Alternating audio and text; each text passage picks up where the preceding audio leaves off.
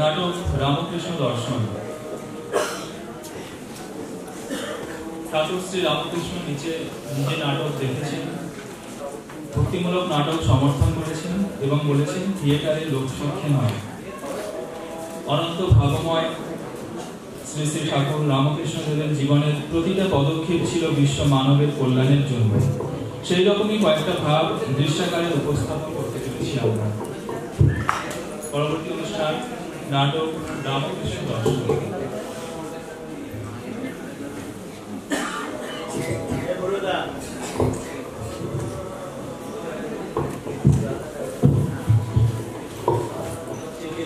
কতগুলি প্রথা নিষেধ মেনে চলা, 12 মাসে 13 পার্বণ, তীর্থযাত্রা, গঙ্গা স্নান, ব্রাহ্মণ বৈষ্ণবকে দান, অন্ন পানীয়ের আদান প্রদানের কতগুলি নিয়মকে মেনে চলাই ধর্ম বলে মনে করছেন এবং বিভিন্ন ক্রিয়া প্রতিক্রিয়ায় বিক্ষুব্ধ এবং সমস্ত বাংলাদেশ বিহ্বল। তখন এই শহরের উপকণ্ঠে দক্ষিণেশ্বর রাসমণির দেবালয়ে এক অজ্ঞাত পূজারী ব্রাহ্মণ শ্রী রামকৃষ্ণ ভারতের সনাতন আদর্শ ত্যাগ ও সেবার পরাকাষ্ঠা রূপে সর্বলোক কল্যাণকর পারমার্থিক আদর্শকে বিকৃতি ও বিস্মৃতি থেকে উদ্ধার করবার সাধনায় আত্মমগ্ন। পরবর্তীকালে স্বামী বিবেকানন্দ বলেছেন, বেদ বেদান্ত পুরাণ ভাগবতে যে কি আছে তা রামকৃষ্ণ পরমহংসকে না পড়লে কিছুতেই বোঝা যাবে না। তার জীবন অনন্ত শক্তিপূর্ণ এক সন্ধানী আলো, যা ভারতবর্ষের সমগ্র ধর্মীয় চিন্তা রাশির ওপরে এসে পড়েছে। তিনি বেদ বেদান্ত এবং তার প্রতিপাদ্য লক্ষ্যের জীবন্ত ভাষ্য। বেদ উপনিষদই ভারতবর্ষের দর্শন। শ্রী রামকৃষ্ণ এক জীবনেই ভারতীয় দর্শনের সমগ্র গল্পটি অতিবাহিত করেছেন। তার জীবন সব জাতির শাস্ত্রের জীবন্ত ভাষ্য, অর্থাৎ শ্রী রামকৃষ্ণের দর্শনই এই ভারতবর্ষের দর্শন তথা এই পৃথিবীর দর্শন। এই অনন্ত মহিমময় জীবন দর্শনের অভিনব উল্লেখযোগ্য অন্যতম বিষয় ষোড়শী পূজা। জাতির অভ্যুদয় ব্যতি রেখে ভারতের কল্যাণ সম্ভবপর নয়। এক পক্ষে পক্ষীর উত্থান হয় না। সেই জন্য রামকৃষ্ণ অবতারে স্ত্রী গুরু গ্রহণ, সেই জন্যই নারীভাব সাধন, সেই জন্যই স্বীয় সহধর্মিনীর শিক্ষা দীক্ষার ভার গ্রহণ, সেই জন্যই মাতৃভাব প্রচার। বিবাহিত জীবনে যেদিন ব্রহ্মচর্যের আদর্শ অবলুপ্ত, বিবাহের নামে যেদিন ভ্রষ্টাচার চলছে, পুরুষ শাসিত সমাজে যেদিন নারীর মর্যাদা অবলুপ্ত, সেদিন তিনি দেহ সম্বন্ধহীন আদর্শ দাম্পত্য জীবনের নজির স্থাপন করে ভোগবাদী সভ্যতার বুকে চপেটাঘাত করলেন। পত্নীকে সর্বশিক্ষায় শিক্ষিতা করে তুলে জানালেন যে নারীও কোনো অংশে হীন নয় এবং জগন মাতা রূপে স্বীয় পত্নীকে পূজা করে নারীর মাতৃরূপটিও তিনি তুলে ধরলেন। শ্রী রামকৃষ্ণ মানব জাতিকে ধ্বংস করে দেহাতীত প্রেমের আদর্শ স্থাপন করতে চাননি, চেয়েছিলেন বিবাহিত জীবনে ব্রহ্মচর্যের পুনঃ প্রবর্তন। অভিনব অনুষ্ঠান ভগবান শ্রী রামকৃষ্ণ জগতে শুধু মাতৃভাব প্রচার করেননি, প্রতিষ্ঠা করেছেন তার অপূর্বতম সৃষ্টি শ্রী শ্রী সারদা দেবীকে বিশ্ব প্রেম ধারণের সুধা পাত্রী রূপে। মাতৃমহিমা মাতৃশক্তি উদ্বোধিত করলেন ষোড়শী পূজার মাধ্যমে। জগতের স্বাধীন ইতিহাসে এটি একক ও অনন্য দৃষ্টান্ত।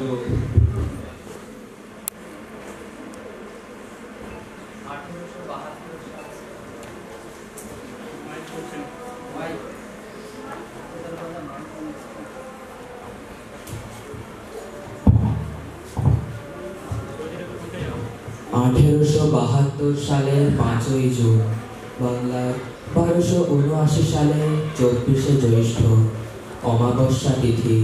সেদিন ছিল ফলহারিণী কালী পুজো।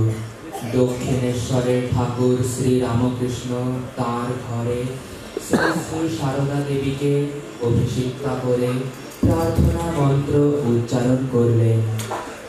হে বালে, হে সর্বশক্তির অধীশ্বরী মাতা, ত্রিপুরা সুন্দরী সিদ্ধিদ্বার উন্মুক্ত করো, ইহার শরীর মনকে পবিত্র করিয়া, ইহাকে আবির্ভূত করিয়া সর্বকল্যাণ সাধন করো।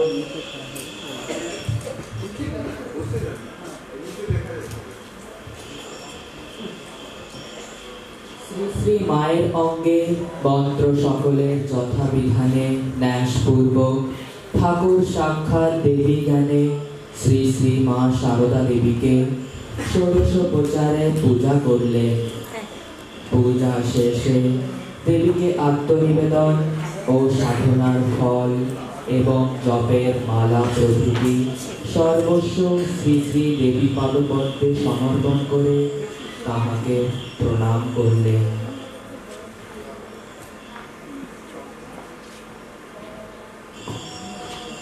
হে সর্বমঙ্গলের মঙ্গল স্বরূপে, হে সর্বকর্ম নিষ্পন্নকারী, হে শরণদায়িনী ত্রিনয়নী শিবগেহিনী গৌরী, হে নারায়ণী, তোমাকে প্রণাম করি, তোমাকে প্রণাম করি, তোমাকে প্রণাম করি।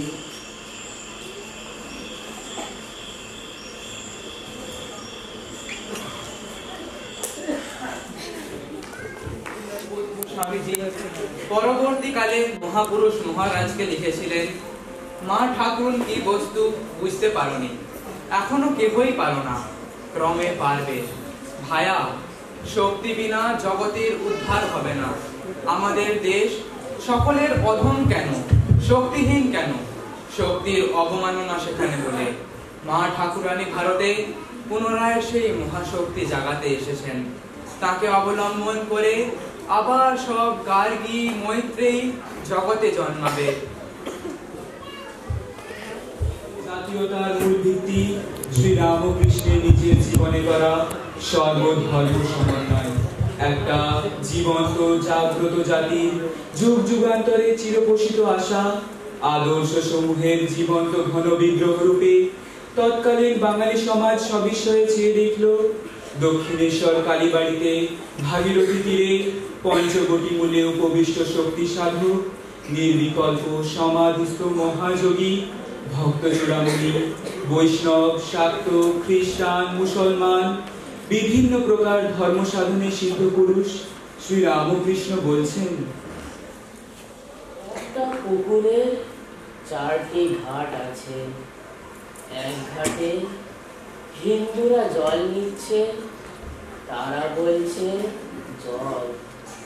আর এক ঘাটে মুসলমান, তারা বলছে পানি। আর এক ঘাটে খ্রিস্টান, তারা বলছে ওয়াটার। আর এক ঘাটে একজন লোক বলছে অ্যাকোয়া।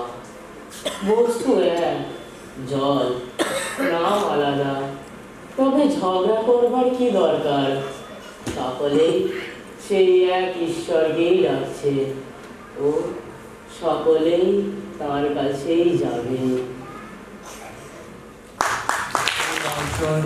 সমস্ত বিশ্বে ধর্মভেদ ভঞ্জনের অভ্রান্ত সূত্র। সর্বধর্ম সাধনায় সিদ্ধ শ্রী রামকৃষ্ণের অনুভব পৌত্তলিকতা বা তথাকথিত আচার ব্যবহারের উপর হিন্দু ধর্ম প্রতিষ্ঠিত নয়। উহার মূল ভিত্তি বেদান্ত দর্শন। একটি দেশের পরিচয় বা অস্তিত্ব তার সংস্কৃতি। সর্বভূতে ব্রহ্ম দর্শনই ভারত সংস্কৃতির শেষ কথা। শ্রী রামকৃষ্ণ সেই সংস্কৃতির পরিপূর্ণ সর্বোজ্জ্বল প্রকাশ। শ্রী রামকৃষ্ণের মধ্যেই জাতীয় জীবনের তথা ভারত জীবনের আদর্শের বাস্তব রূপ, যা শুধু ভারতের নয়, সমগ্র মানব জাতির সমন্বয়, শান্তি ও যথার্থ মুক্তির পথ। আত্মার মুক্তি বা নির্বিকল্প সমাধি, নিরবিচ্ছিন্ন সুখ ও ব্রহ্মানন্দ সাগরে লীন হয়ে থাকা, এই মুক্তির ধারণাকে আরো বিস্তৃত করে হিংসা বিদ্বেষময় অশান্ত এই পৃথিবীতে শান্তি বাড়ি প্রদানের জন্য নরেন্দ্রনাথকে দাঁড় করালেন ভারত প্রতিনিধি রূপে বিশ্ব মঞ্চে। ভারতবর্ষের প্রতিটি মানুষই শুধু নয়, নিখিল বিশ্ব মানবাত্মার মধ্যেই তোমার মুক্তির অনুভব। তাই তুমি আগে তোমার স্বদেশকে দেখো, বোঝো, অনুভব করো, তুমি এই নিখিল বিশ্বে ব্যপ্ত হয়ে আছো। একত্বই প্রকৃত সুখ, সর্বভূতে সেই এক অদ্বৈত সত্তা ব্রহ্ম বিদ্যমান, সেটি দর্শন করো, অনুভব করো, আর বিশ্ববাসীকে এই অমৃতের সন্ধান দাও। এই ভারতবর্ষের বাণী, এই শ্রীরামকৃষ্ণের অনুভব তথা শ্রীরামকৃষ্ণ দর্শন। শ্রীরামকৃষ্ণ তাঁর এই দর্শনকে শিব জ্ঞানে জীব সেবার মাধ্যমে বর্তমান বিশ্বে রূপদানের জন্য এনেছিলেন সপ্তর্ষি মণ্ডলের শ্রেষ্ঠ ঋষি স্বামী বিবেকানন্দকে। রামকৃষ্ণের জিপসি পাদ থেকেই উঠে এসেছে তার অসাধারণ এই বার্তা। বস্তুত শ্রী রামকৃষ্ণের সমস্ত বাণীর সারাংশার হলো জীব ঈশ্বর ভিন্ন আর কিছুই নয়, জীবই শিব। তাই তিনি বললেন, জীবের প্রতি ভালোবাসাই শিবের প্রতি ভালোবাসা, মানুষের প্রতি প্রেম আসলে ঈশ্বরের প্রতি প্রেম। তিনি বললেন, প্রতিমায় ঈশ্বরের পূজা হয় আর জীবন্ত মানুষে কি হয় না? আবার বললেন, চোখ বুঝলেই তিনি আছেন আর চোখ চাইলেই নেই। স্বামী বিবেকানন্দ পরবর্তীকালে তার অসাধারণ সেই কথাগুলি বললেন। ব্রহ্ম হতে কীট পরমাণু, সর্বভূতে সেই প্রেমময়, মন প্রাণ শরীর অর্পণ পরশখে এ সবার পায়। বহুরূপে সম্মুখে তোমার, ছাড়ি কথা খুঁজিছ ঈশ্বর, জীবে প্রেম করে যেই জন, সেই জন সেবিছে ঈশ্বর। এই কথাগুলির পশ্চাতে ছিল শ্রী রামকৃষ্ণের শ্রীমুখ নিঃসৃত বেদবাণী। বেদান্ত তো এ কথাই বলেছে, জীবা ব্রহ্মাইব না পারাহ। বিবেকানন্দের এই বাণীতে ছিল বেদান্তকে জীবনে প্রয়োগ করবার আহ্বান। সেই আহ্বান আরো স্পষ্ট করে দিয়েছিলেন শ্রী রামকৃষ্ণ। এই বাণীর উৎসব বা পশ্চাৎপট দক্ষিণেশ্বরে 1884 সালের কোনো এক সময়। চলুন আমরা দক্ষিণেশ্বরে যাই। আলোচনা করছেন বৈষ্ণব ধর্ম নিয়ে। বৈষ্ণব ধর্মের মূল বিষয় তিনটি: নামের রুচি, জীবে দয়া ও বৈষ্ণব পূজন। যেই নাম সেই ঈশ্বর। নাম নামে অভেদ জেনে সর্বদা অনুরাগের সহিত নাম করতে হয়। ভক্ত ও ভগবান, কৃষ্ণ ও বৈষ্ণব অভেদ জেনে সর্বদা সাধু ভক্তদিগকে শ্রদ্ধা, পূজা ও বন্দনা করতে হয়। আর শ্রীকৃষ্ণেরই এই জগৎ সংসার, এ কথা হৃদয়ে ধারণ করে সর্বজীবে দয়া করতে হয়। সর্বজীবে দয়া পর্যন্ত বলিয়াই শ্রী রামকৃষ্ণ সহসা সমাধিস্থ হইয়া পড়িলেন। কতক্ষণ পরে অর্ধবাহ্য দশায় উপস্থিত হইয়া বলিতে লাগিলেন, জীবে দয়া, জীবে দয়া? দূর শালা কীটানুকি, তুই জীবকে দয়া করবি? দয়া করবার তুই কে? না না, জীবে দয়া নয়, শিব জ্ঞানে জীবের সেবা। ভাবাবিষ্ট ঠাকুরের ওই কথা সকলেই শুনিল, কিন্তু ওই কথার গূঢ় মর্ম কেউই তখন বুঝিতে ও ধারণা করিতে পারিল না। একমাত্র নরেন্দ্রনাথই সেদিন ঠাকুরের ভাবভঙ্গের পরে বাহিরে আসিয়া বলিলেন, কি অদ্ভুত আলোকে আজ ঠাকুরের কথায় দেখিতে পাইলাম। শুষ্ক, কঠোর ও নির্মম বলিয়া প্রসিদ্ধ বেদান্ত জ্ঞানকে ভক্তির সহিত সম্মিলিত করিয়া কি সহজ, সরস ও মধুর আলোকেই প্রদর্শন করিলেন। অদ্বৈত জ্ঞান লাভ করিতে হইলে সংসার ও লোকসঙ্গ সর্বতভাবে বর্জন করিয়া বনে যাইতে হইবে এবং ভক্তি, ভালোবাসা প্রভৃতি কোমল ভাবসমূহকে হৃদয় হইতে সবলে উৎপাটিত করিয়া চিরকালের মতো দূরে নিক্ষেপ করিতে হইবে। এই কথাই এতকাল শুনিয়া আসিয়াছি, কিন্তু আজ ঠাকুর ভাবাবেশে যাহা বলিলেন তাহাতে বুঝা গেল বনের বেদান্তকে ঘরে আনা যায়, উহাকে সংসারের সকল কাজে অবলম্বন করিতে পারা যায়। মানব যাহা করিতেছে সে সকলই করুক, তাহাতে ক্ষতি নাই। কেবল প্রাণের সহিত এই কথা সর্বাগ্রে বিশ্বাস ও ধারণা করিলেই হইল ঈশ্বরী জীব ও জগৎ রূপে তাহার সম্মুখে প্রকাশিত রহিয়াছেন। জীবনের প্রতি মুহূর্তে সে যাহাদিগের সংস্পর্শে আসিতেছে তাহারা সকলেই তাহার অংশ, তিনিই শিব। যাহা হোক, ভগবান যদি কখনো দিন দেন তো আজ যাহা শুনিলাম এই অদ্ভুত সত্য সংসারে সর্বত্র প্রচার করিব। পণ্ডিত, মূর্খ, ধনী, দরিদ্র, ব্রাহ্মণ, চণ্ডাল সকলকে শুনাইয়া মোহিত করিব।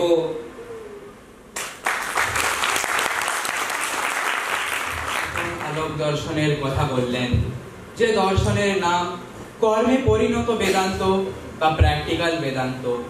কিন্তু নরেন্দ্রনাথ সপ্তর্ষি মণ্ডলের শ্রেষ্ঠ ঋষি, ধ্যান সিদ্ধ যোগী। নির্বিকল্প সমাধি তার স্বরূপ। নির্বিকল্প সমাধিতে লীন হয়ে থাকতে চান তিনি। কিন্তু শ্রী রামকৃষ্ণের অভিপ্রায় অন্যরূপ। শ্রী রামকৃষ্ণ তার শিব জ্ঞানে জীব সেবা তত্ত্বকে এক অসাধারণ আলোকে উজ্জ্বল করে, বলতে পারি সম্প্রসারিত করে, সরাসরি উপস্থাপন করেছিলেন নরেন্দ্রনাথের কাছে কাশীপুর উদ্যান বাটিতে এক অভিনব তিরস্কারের মধ্য দিয়ে। স্বামী বিবেকানন্দের প্র্যাকটিক্যাল বেদান্ত শ্রী রামকৃষ্ণের এই তিরস্কারের গর্ভেই নিহিত ছিল। চলুন আমরা যাই 1886 সালের কাশীপুর উদ্যান বাটি। নরেন্দ্রনাথের পিতৃবিয়োগ, দারিদ্র, সাংসারিক ঘাত প্রতিঘাতের মধ্যে মন ব্যাকুল নির্বিকল্প সমাধি লাভের জন্য। নরেন্দ্রনাথ দেখছেন আগত সবাইকে ঠাকুর নির্বিচারে কৃপা করছেন। একদিন নরেন্দ্রনাথ ঠাকুরকে বললেন, সবাই হলো, আমার হবে না? তুই বাড়ির একটা ঠিক করে আয় না, সব হবে। সমাধি লাভের চেয়েও উঁচু অবস্থা হতে পারবে। ঠাকুরের কথা মান্য করিয়া নরেন্দ্রনাথ বাড়ি গিয়েছিলেন, কিন্তু নির্বিকল্প সমাধি লাভের প্রবল আকাঙ্ক্ষায় অচিরেই তিনি ফিরে আসেন কাশীপুরে। এই সময়টি নরেন্দ্রনাথের জীবনধারা পরিবর্তনের অন্যতম ঘটনাই শুধু নয়, আধুনিক যুগের যুগ প্রয়োজনের জন্য বিশেষ গুরুত্বপূর্ণ একটি অধ্যায়। আবার একদিন নির্বিকল্প সমাধি লাভের ইচ্ছা অত্যন্ত প্রবল হওয়ায় নরেন্দ্রনাথ শ্রী রামকৃষ্ণকে ধরিয়া বসিলেন। কই, আমার তো কিছুই হলো না। আমি ভালো হলে তুই যা চাইবি তাই দেব। কিন্তু আপনি যদি আর ভালো না হন তাহলে আমার কি হবে? শালা বলে কি? আচ্ছা তুই কি চাস বল? আমার ইচ্ছা হয় সুখদেবের মতো 5-6 দিন ক্রমাগত সমাধিতে ডুবে থাকি, তারপর শুধু শরীর রক্ষার জন্য খানিকটা নিচে নেমে এসে আবার সমাধিতে চলে যাই। ছি ছি, তুই এত বড় আধার, তোর মুখে এই কথা? আমি ভেবেছিলাম কোথায় তুই একটা বিশাল বট গাছের মতো হবি, তোর ছায়ায় হাজার হাজার লোক আশ্রয় পাবে। তা না হয়ে তুই কিনা শুধু নিজের মুক্তি চাস, এ তো অতি তুচ্ছহীন কথা। না রে, এত ছোট নজর করিসনি। জগতের আধ্যাত্ম ইতিহাসে এমন তিরস্কার আর নেই। যুগাবতার শ্রী রামকৃষ্ণের নূতন বাণী স্পষ্টতম রূপে শুনিলেন, বুঝিলেন শুধুমাত্র নিজের মুক্তির জন্য আকাঙ্ক্ষাও এক প্রকার স্বার্থপরতা।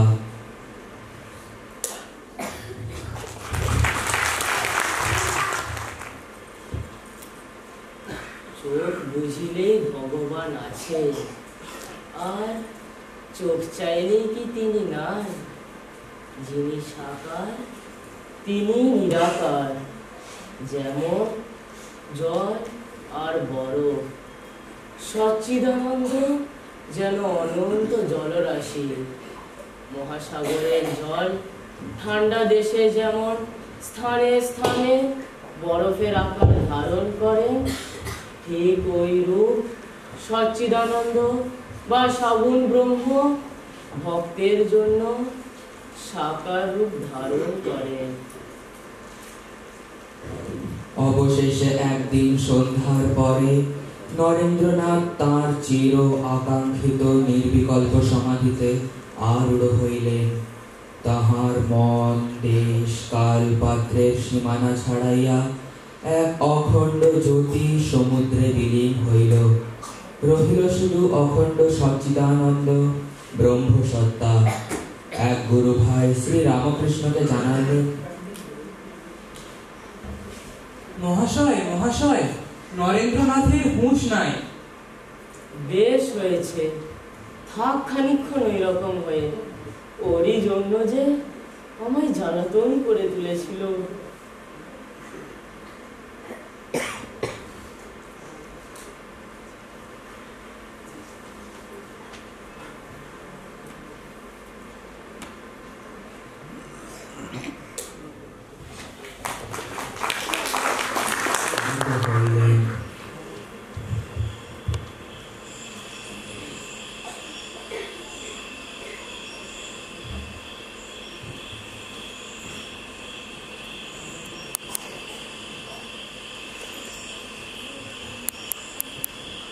কেমন মা তো আজ তোকে সব কিছু দেখিয়ে দিলেন, চাবি কিন্তু আমার হাতে রইল। তোকে এখন কাজ করতে হবে। যখন আমার কাজ শেষ হবে তখন আবার চাবি খুলব।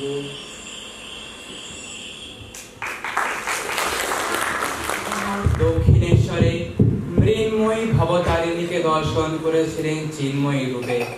কাশীপুরে অনুভব করলেন নির্গুণ নিরাকার অখণ্ড সচ্চিদানন্দ ব্রহ্মকে।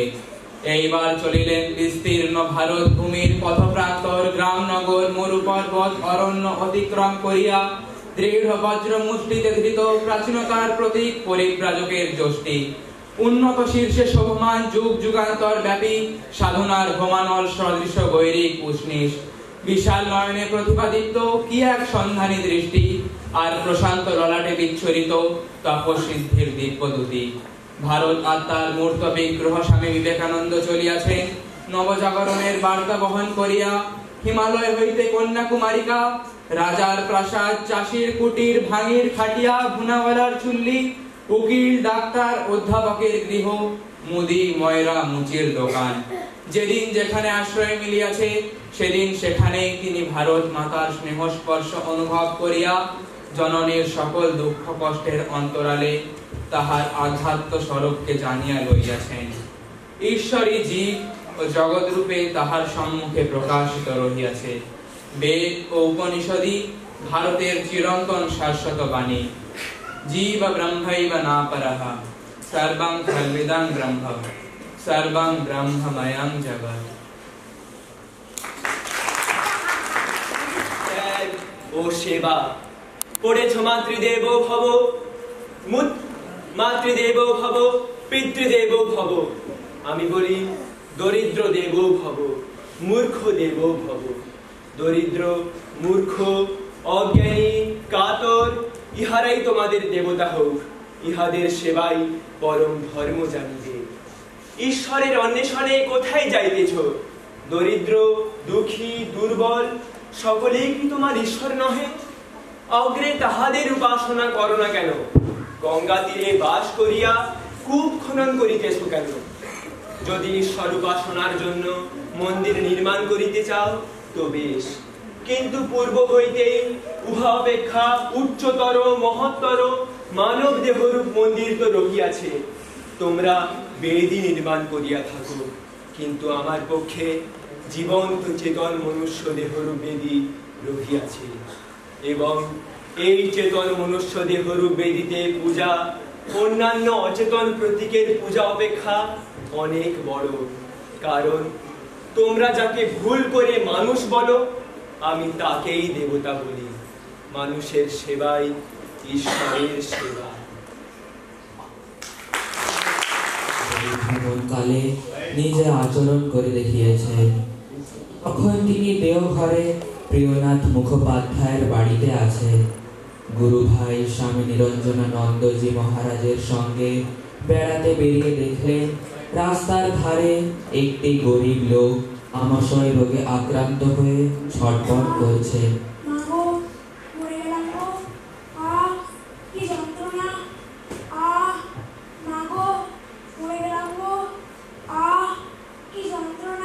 ভাই নিরঞ্জন, এর এক্ষুনি চিকিৎসা করাতে হবে, এক্ষুনি এর শুশ্রূষার দরকার। চল আমরা একে ঘরে নিয়ে যাই। কিন্তু কিন্তু কি রে? মানে আমরাই তো প্রিয়নাথ বাবুর বাড়িতে অতিথি হয়ে আছি। তা যা হবার হবে। ওরে, গুরুদেব বলতেন না, প্রতিমায় তার পূজা হয়, জীবন্ত মানুষে কি হয় না? চল চল, এর সেবা আগে করতে হবে। সেবা নয়, পূজা। জীব ব্রহ্মৈব না করঃ। গোটা গায়ে যে মলমূত্র। ধর ধর, ওরে, রোগী নারায়ণ, শিব জ্ঞানে জীবের সেবা, এই তো প্র্যাকটিক্যাল বেদান্ত।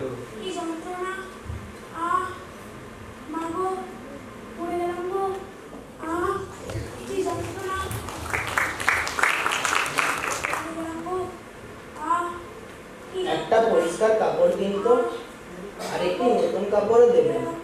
একটু দাঁড়ান, এক্ষুনি দিচ্ছি।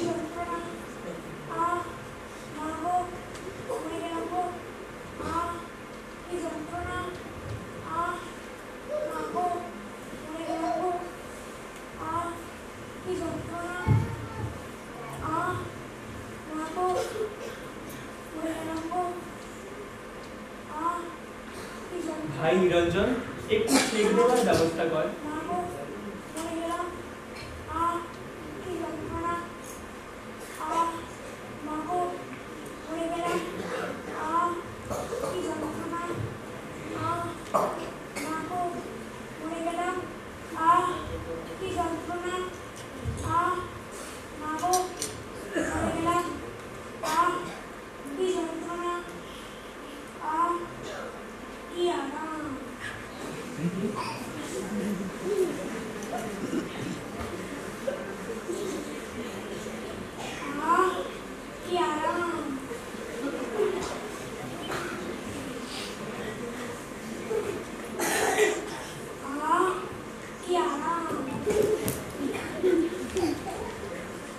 আসলে আমরা ওই অবস্থায় ওনাকে ফেলে আসতে পারলাম না।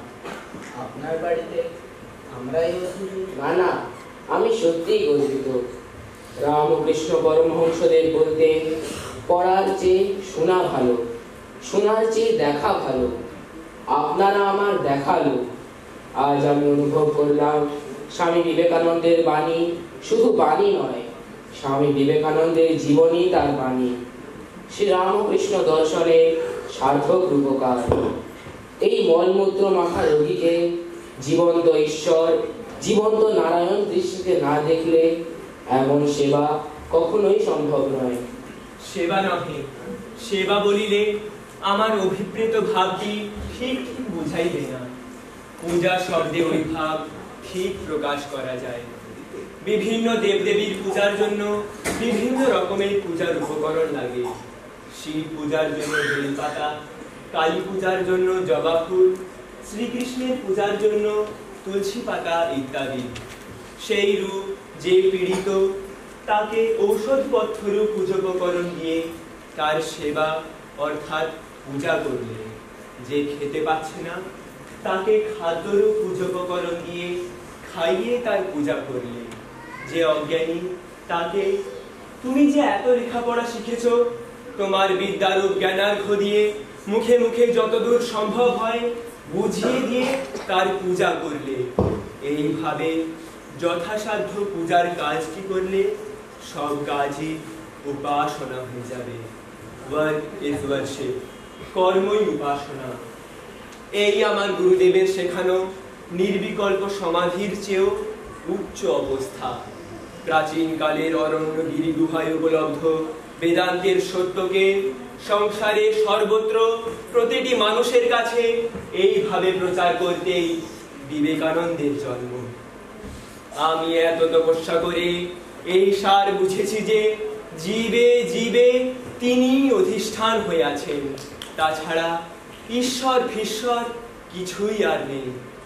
ব্রহ্ম হতে কীট পরমাণু সর্বভূতে সেই প্রেমময়, মন প্রাণ শরীর অর্পণ কর সখে এ সবার পায়। বহুরূপে সম্মুখে তোমার ছাড়ি কোথা খুঁজিছ ঈশ্বর, জীবে প্রেম করে যেই জন সেই জন সে বিছে ঈশ্বর।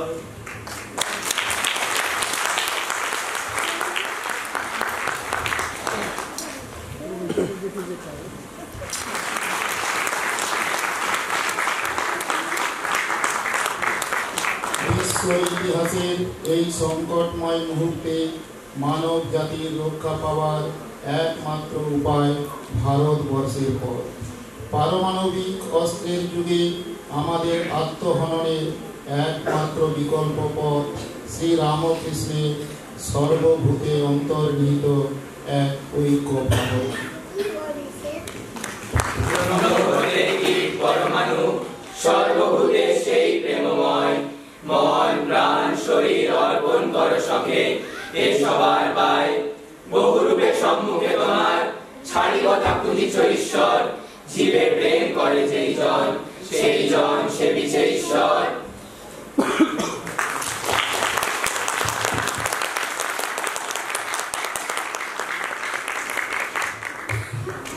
আমরা খুব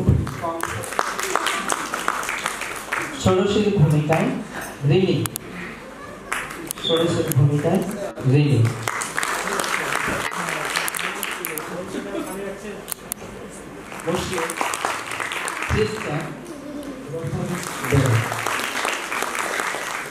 শ্রীরামকৃষ্ণ কৃষ্ণ কথিত আরেকটি লোক যিনি একলা বলেছিলেন,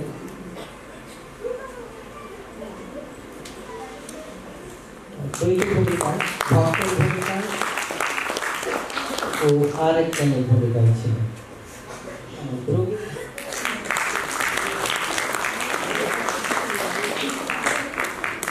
দুই ন্যারেটর অরিন্দ্র সামন্ত ও অঙ্কুর সামন্ত।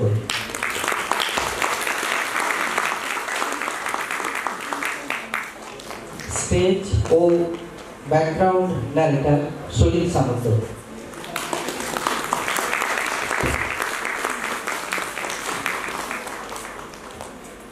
শ্রীরামকৃষ্ণের ভূমিকায় সুরজিৎ পাল।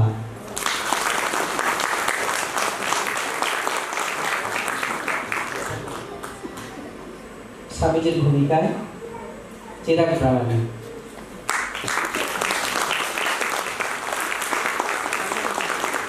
স্বামী নিরঞ্জনানন্দ প্রিয়াংশু মাঝি।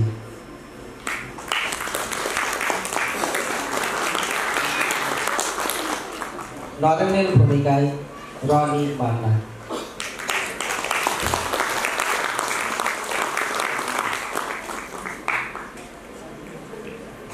আমাদের নাটক শ্রীরামকৃষ্ণ দর্শন আমরা উপস্থাপন করলাম।